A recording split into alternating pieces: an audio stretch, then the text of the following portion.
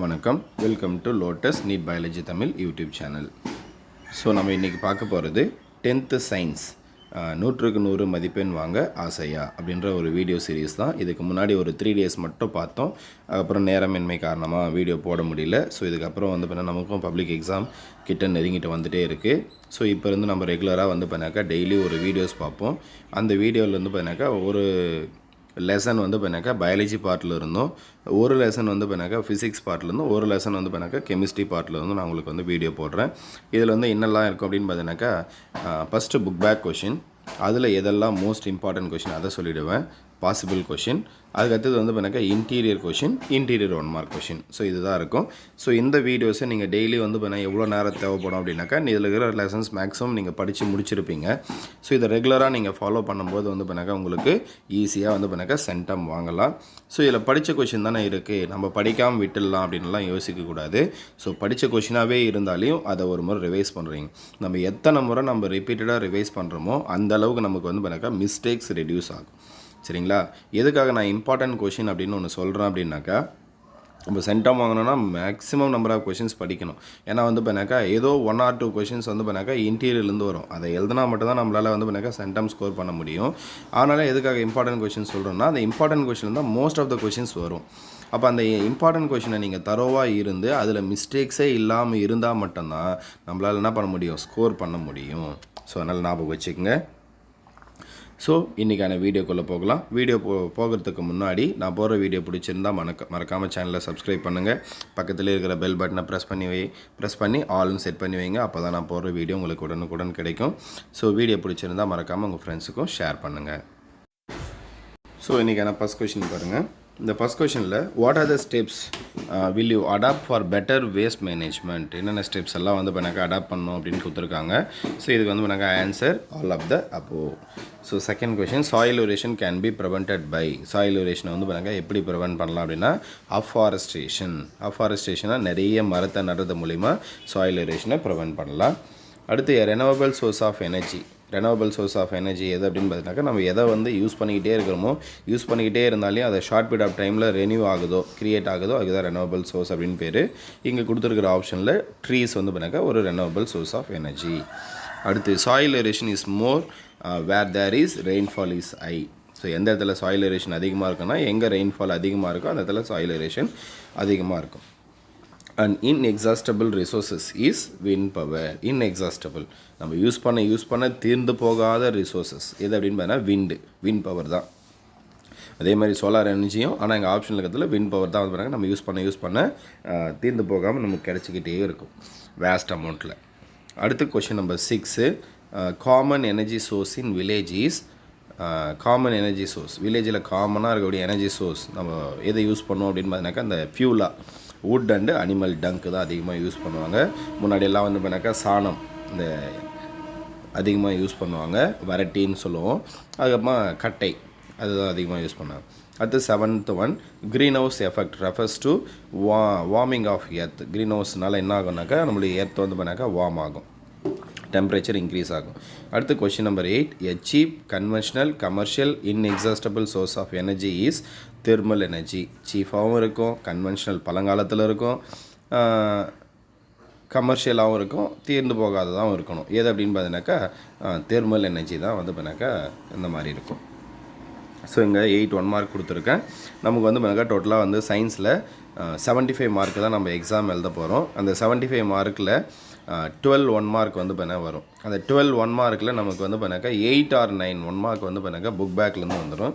அப்போ பேலன்ஸ் இருக்கக்கூடிய 3 or 4 1 mark வந்து பண்ணாக்கா இன்டீரியர் வரும். அப்போ மேக்ஸிமம் நம்ம புக் பேக் 1 mark தரவாக இருந்தனாவே 8 இல்லைனா 9 1 mark வாங்கிடலாம். ஸோ அதனால தான் நான் 1 mark கொடுத்துருக்கேன்.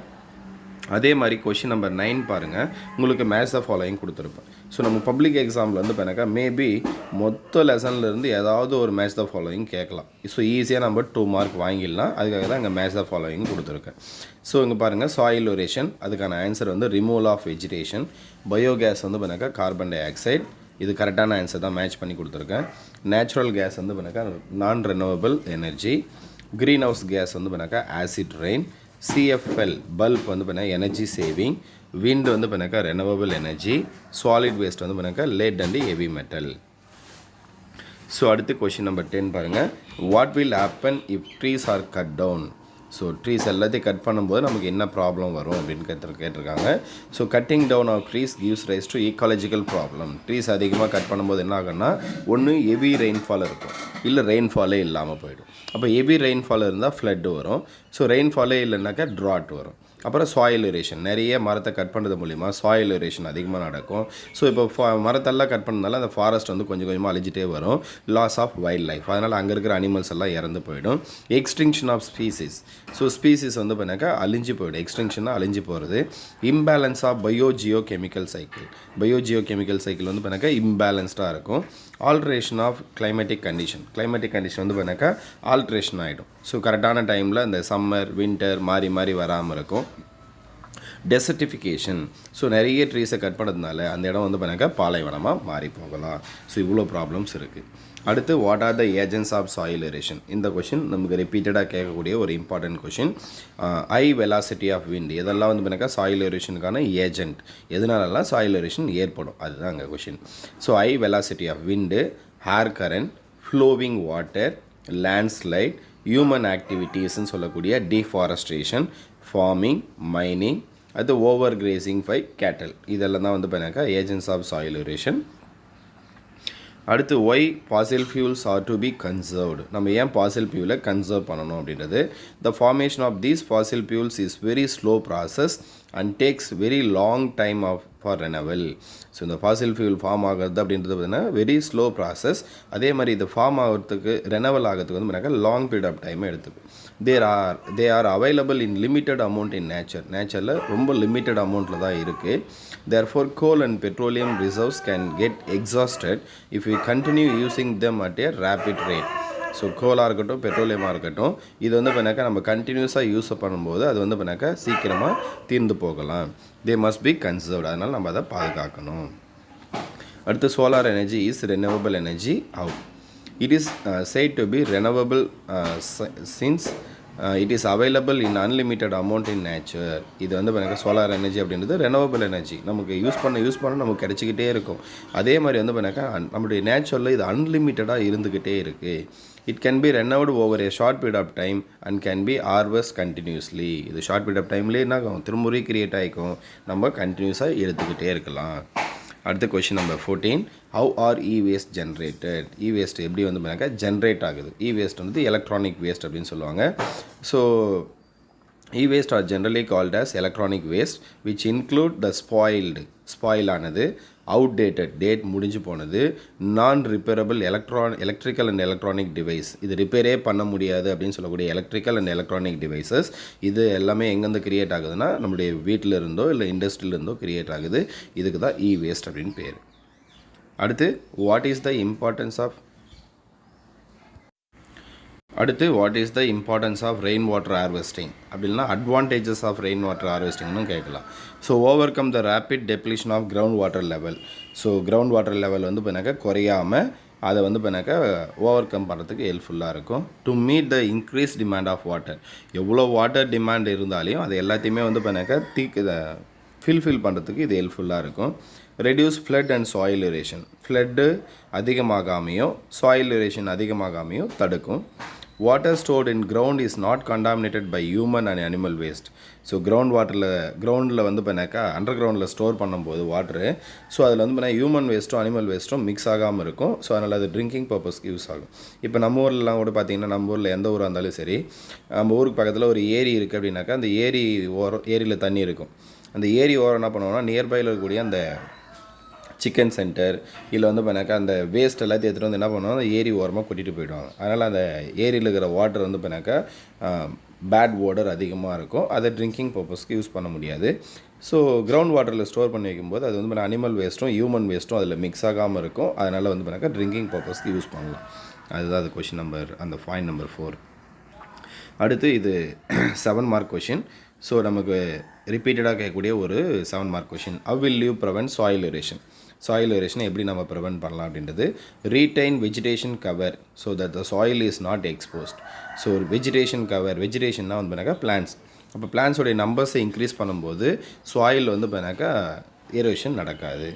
கேட்டல் கிரேசிங் சுட் பி கண்ட்ரோல்டு. கேட்டல்னால் கால்நடை. கிரேசிங்னா மேயிறது.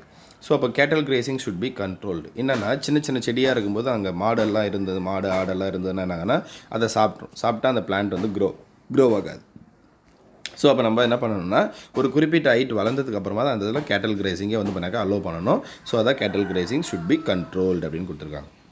அடுத்து graph rotation and soil management improve soil organic matter. Graph rotation, so ஒரே பிளான்ட் இப்போ நெல்லே கல்டிவேட் பண்ணுறது பதிலாக ஸோ ஒரு முறை நெல், ஒரு முறை கிரவுண்ட்நட்டு, ஒரு முறை வேறு ஏதாவது கேழ்வரகு, இந்த மாதிரி மாற்றி மாற்றி கல்டிவேட் பண்ணும்போது அதுதான் கிராப் ரொட்டேஷன் அப்படின்னு பேர். அதனால் சாயிலில் இருக்கக்கூடிய ஆர்கானிக் மேட்டர் வந்து பண்ணாக்கா இம்ப்ரூவ் ஆகும். So run off water should be stored in the catchment. So rainfall அதிகமாக இருக்கும்போது அந்த வாட்டர் வந்து பண்ணாக்கா வழிந்தோடுறதை வந்து பண்ணாக்கா ஸ்டாப் பண்ணிவிட்டு அதை ஏதாவது ஒரு இடத்துல ஸ்டோர் பண்ணி வைக்கணும், கேட்ச் பண்ணி வைக்கணும் அப்படின்றது.